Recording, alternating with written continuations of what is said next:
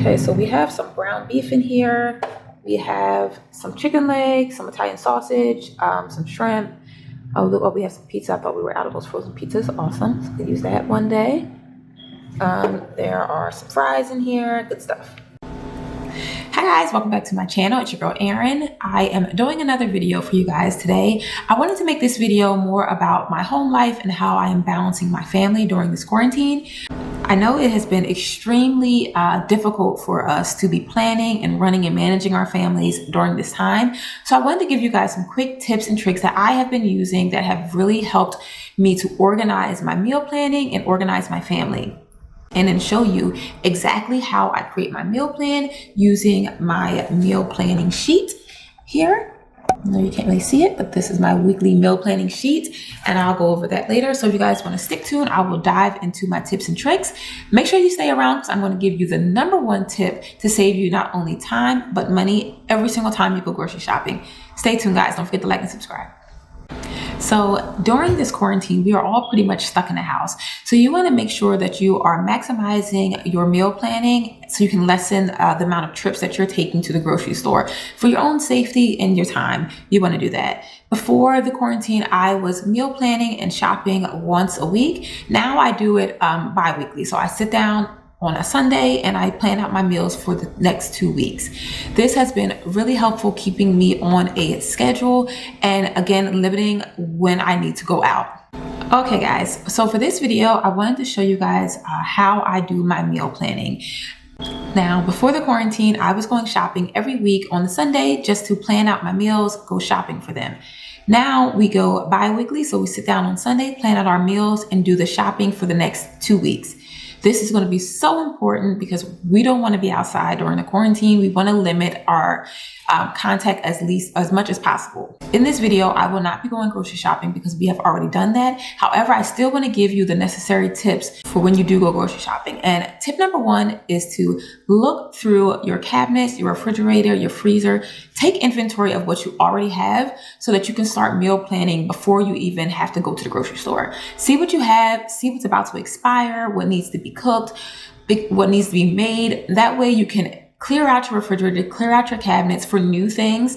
That way you're not having anything go bad, you're saving space, and it'll just help with your meal plan. So tip #2 is to sit down and create a meal plan based off of what you have in your cabinet.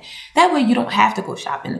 There's always something to make. I try to stress this to my family, but if you go shopping every 2 weeks, there's always going to be something you can make. It may not be what you want that day, but it's something that you can make. So I like to do that first, is to go through everything I have in my cabinet first for my meal plan. Okay, after that, if I need to go grocery shopping, I will do that. And that brings me to tip #3, which is to check the circulars. Now for me and our family, we all pretty much only shop at 2 places, which is Aldi and like a local meat market here. So I wouldn't really have a need to check the circulars only because I pretty much know what they have at all times.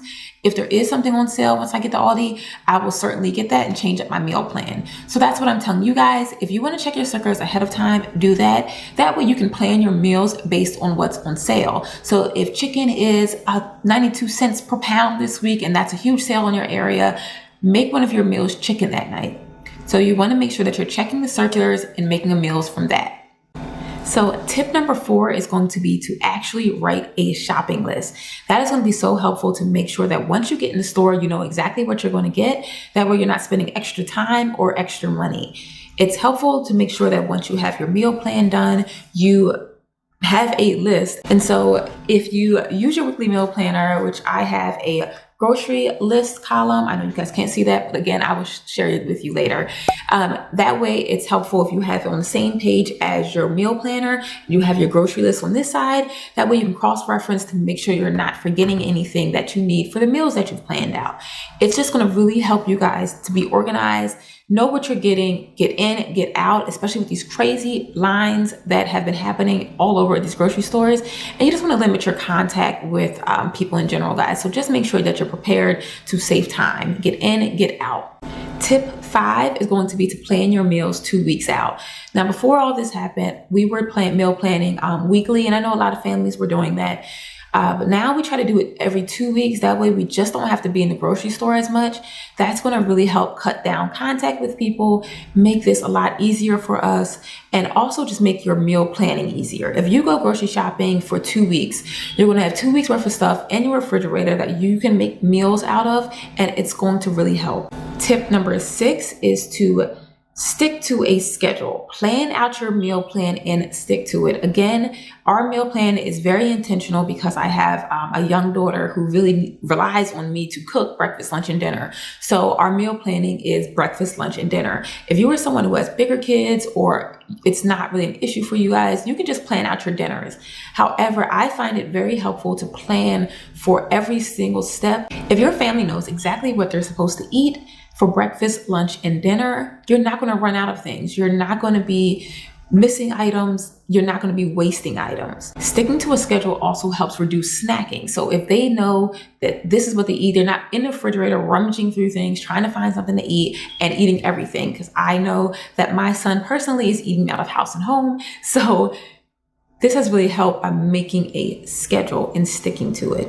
Now, if you guys stay tuned with me and subscribe. My next week's video is going to be all about productivity and creating a schedule and sticking to it. And I do talk a little bit about meal planning. So if you guys want to like and subscribe, hit the bell for me, guys. That way you know for next week when I post that video, and it's going to be very helpful for you guys.